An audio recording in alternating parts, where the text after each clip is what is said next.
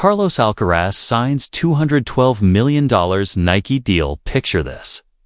You're 22 years old, standing on center court, the weight of an entire nation on your shoulders, and across the net, the greatest player who ever lived. But you don't flinch because, in your pocket, metaphorically speaking, sits a contract worth $212 million. A deal that puts you in the same sentence as Roger Federer and Novak Djokovic, names that defined tennis for 2 decades. This is the story of Carlos Alcaraz, the kid from El Palmar who went from hitting balls against a crumbling wall to signing one of the biggest endorsement deals in tennis history. And trust me, it's anything but ordinary. Let's rewind. Way back to a tiny village in southeastern Spain, where the population barely reaches 25,000. El Palmar, a place most people couldn't find on a map, where the streets are narrow, the sun is unforgiving, and tennis. Tennis wasn't exactly the sport everyone was playing. Carlos was born in May of 2003, the youngest of 4 brothers. His father, also named Carlos, ran a tennis club. Not some fancy academy with pristine courts and sponsor banners. Just a modest club where locals came to play. Young, Carlos would sit there for hours, watching, absorbing, his eyes tracking every movement. He was 3 years old when he first picked up a racket 3. Most kids that age are still figuring out how to tie their shoes. But Carlos, he was already obsessed. His grandfather had been a tennis player too. Nothing professional. Just someone who loved the game.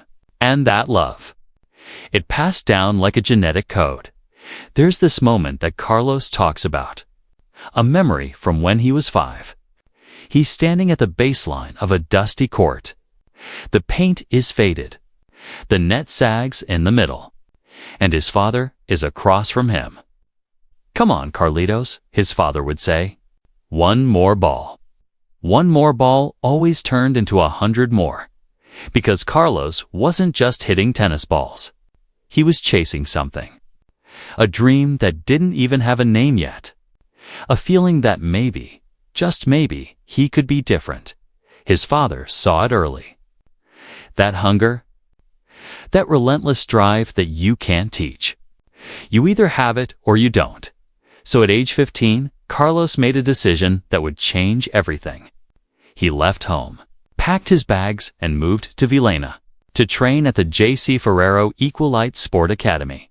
Juan Carlos Ferrero, former world number 1, French Open champion, a legend in Spanish tennis, and now, Carlos's coach. Imagine being 15, leaving your family, your brothers, your mom's cooking, everything familiar, to go live in an academy where every day is pain, where every practice session pushes you past your limits.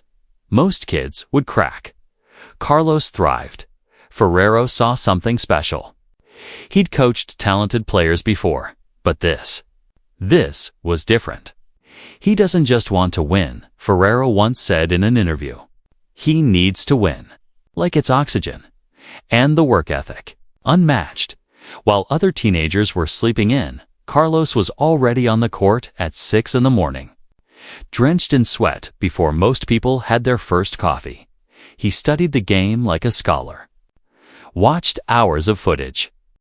Federer's elegant one-handed backhand. Nadal's ferocious topspin forehand. Djokovic's impossible defense. He didn't just want to beat these guys someday. He wanted to understand them. Dissect their games. Take pieces of what made them great and forge his own identity. The tennis world started noticing him around 2019. He was 16, playing challenger events. Small tournaments where the prize money barely covers your travel expenses. Where you play in front of maybe 50 people on a good day. But Carlos was winning, and not just winning. Dominating his game was explosive. Aggressive baseline hitting. Court coverage that seemed physically impossible. And this smile, This genuine, infectious joy every time he played tennis had become so serious, so mechanical. Players grunting through matches with all the personality of a brick wall. Then here comes Carlos, fist-pumping, celebrating, wearing his emotions like a badge of honor. People started calling him the next Nadal, which, in Spain, is basically calling someone the next Messiah. But Carlos didn't want that label. He respected Rafa, idolized him even. But he wasn't trying to be Nadal to zero. He was trying to be Carlos 1.0 in 2021. He broke into the top 100, 19 years old, playing against men who'd been on tour for a decade. Men who should have eaten him alive with experience. Except they did in single quotes T. Wimbledon that year.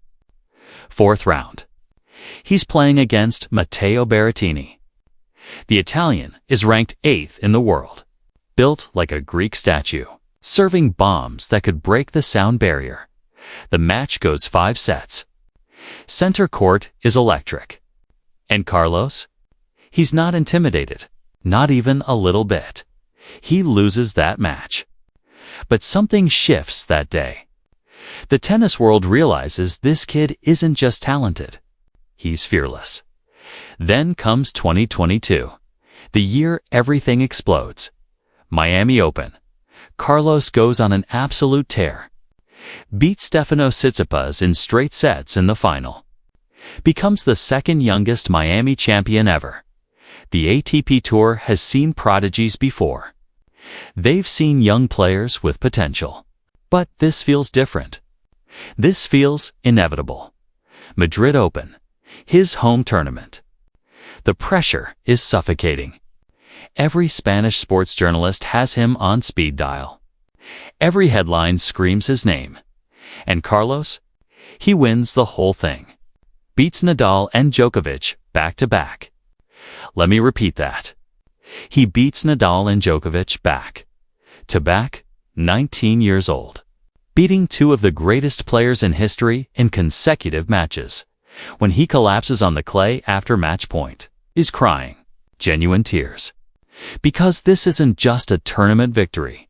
This is validation. This is every early morning, every sacrifice, every moment away from home. This is proof that the dream is real, but the best is yet to come. US Open 2022. Flushing Meadows.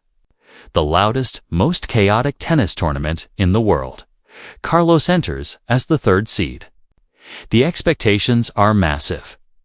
But there's also this question mark. Can he handle the pressure of a Grand Slam? Can he close when it really matters? Round by round, he battles. 5-set thrillers. Late-night matches under the lights. His game is maturing in real time. Then the final. Against Casper Ruud. And here's the twist. Whoever wins this match doesn't just get the trophy. They become world number 1.20-2 years old, playing for his first Grand Slam title and the top ranking. Simultaneously, the match is tense, physical, both players leaving everything on the court. But Carlos finds another gear. That extra 5% that separates good from great. He wins in 4 sets. Collapses again.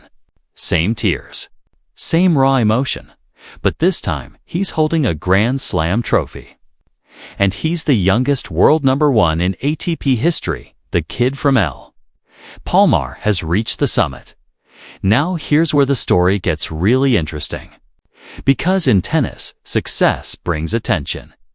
And attention brings opportunities. Carlos had been with Nike since he was young. A solid sponsorship deal. Nothing crazy. The kind of contract promising young players get. Some gear, some apparel, a modest salary. But now he's not a promising young player. He's a champion, a box office sensation. The future of tennis incarnate, and Nike knows it. Behind closed doors, negotiations begin. Carlos's team, Nike executives, lawyers, agents, everyone's running numbers. projections, market analysis, because this isn't just about tennis anymore. This is about global branding. This is about the next 15 years. This is about who will carry the torch after Federer, Nadal, and Djokovic ride into the sunset. The number that gets thrown around: $212 million. Let that sink in. $212 million. For context, it puts Carlos in the same tier as Federer's lifetime deal with Nike, the same stratosphere as Djokovic's Lacoste contract. This isn't just a sponsorship. This is Nike saying, "You are the future, and we're betting everything on you." The deal reportedly spans multiple years, includes signature shoe lines, apparel collections, global marketing campaigns, the whole package. When the news breaks, the tennis world loses its mind. Social media explodes. Sports networks dedicate entire segments to it. Because this isn't just business news. This is a cultural moment. It's validation that tennis still matters.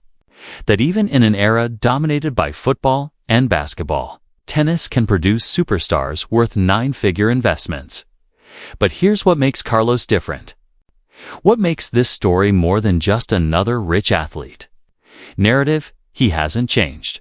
You'd think a 22-year-old with a $200 million contract would start showing up in Ferraris, posting from yachts.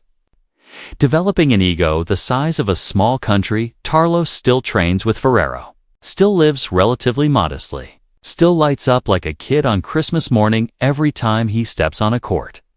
In interviews, he's humble, almost to a fault. Talks about his family constantly. Credits his team.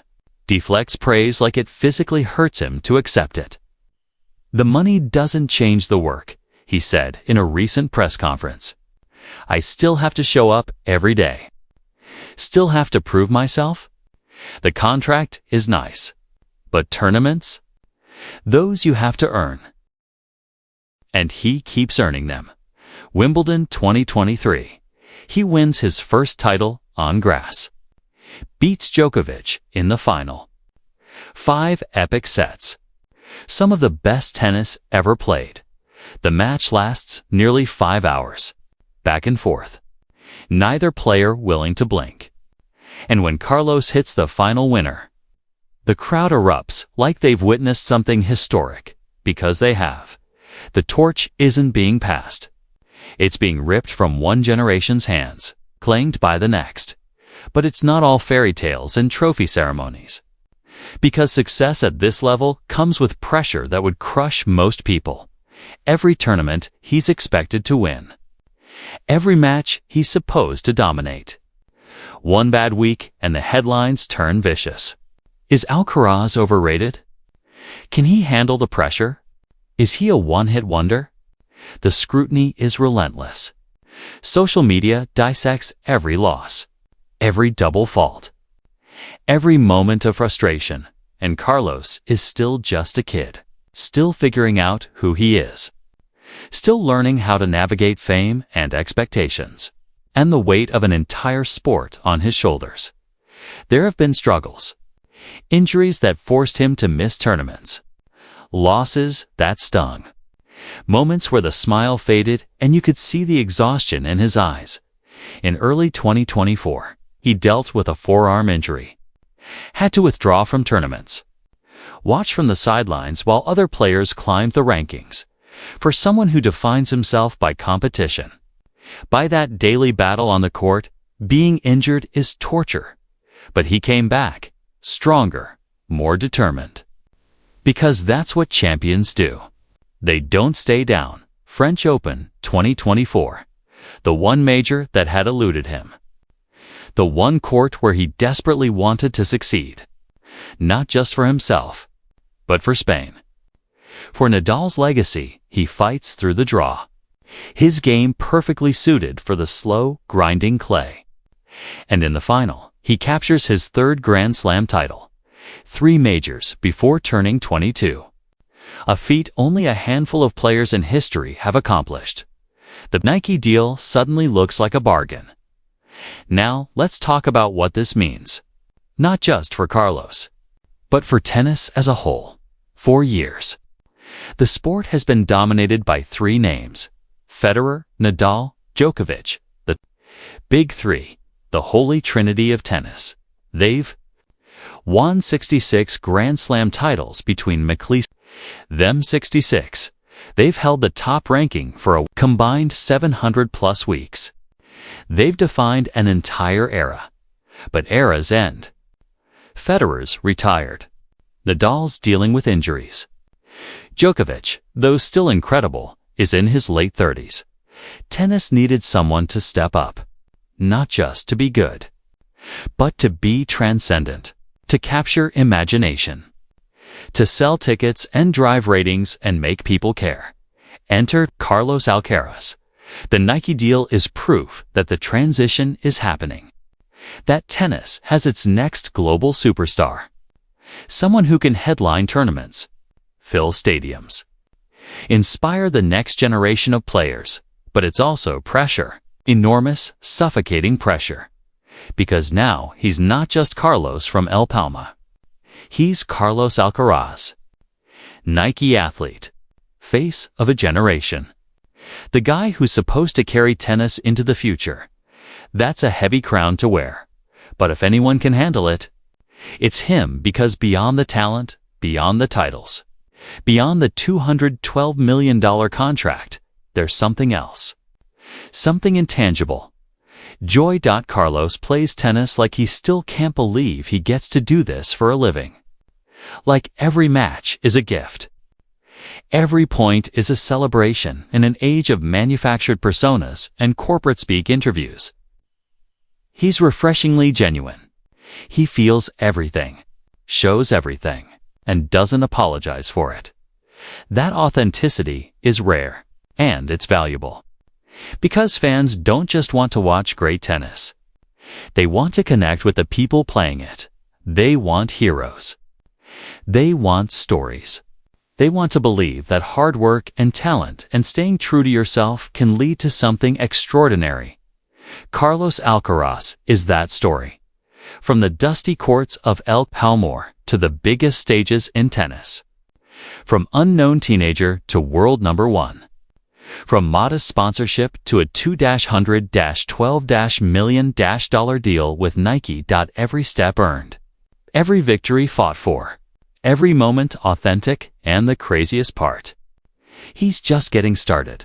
At 22, most tennis players are still finding their game, still figuring out their identity, still learning how to win consistently at the highest level. Carlos has already conquered the mountain multiple times. So what's next? More Grand Slams, certainly.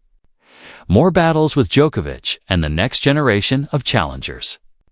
More moments that make us jump off our couches and scream at the television. But beyond the tennis, beyond the wins and losses, there's something bigger happening here. Carlos Alcaraz represents possibility. He's proof that you don't have to come from money or privilege or perfect circumstances to reach the absolute pinnacle of your sport. You just need talent, work ethic, belief, and people who believe in you. His father running that modest tennis club. Juan Carlos Ferrero, dedicating years to coaching. Nike betting $200 million that he's the real deal. Everyone played a part in this story, but ultimately, it comes down to Carlos. The kid who refused to stop hitting one more ball, who left home at 15, who trained when everyone else was sleeping, who played with joy when everyone else treated tennis like a job. He joined Roger Federer and Novak Djokovic in the elite tier of Nike athletes. But he did it his way, with his style, his personality, his infectious love for the game, and that's what makes this story so compelling. Not the money, not the rankings, not even the Grand Slam titles. It's the journey, the transformation, the proof that dreams, no matter how impossible they seem, can become reality. If you enjoyed this deep dive into Carlos Alcaraz's incredible journey, make sure you hit that subscribe button. We dive into the untold stories behind the world's biggest athletes and cultural icons. And drop a comment below. Let us know which athlete's story we should cover next, because this is just the beginning. For Carlos, for tennis. For all of us watching history unfold, one match at a time.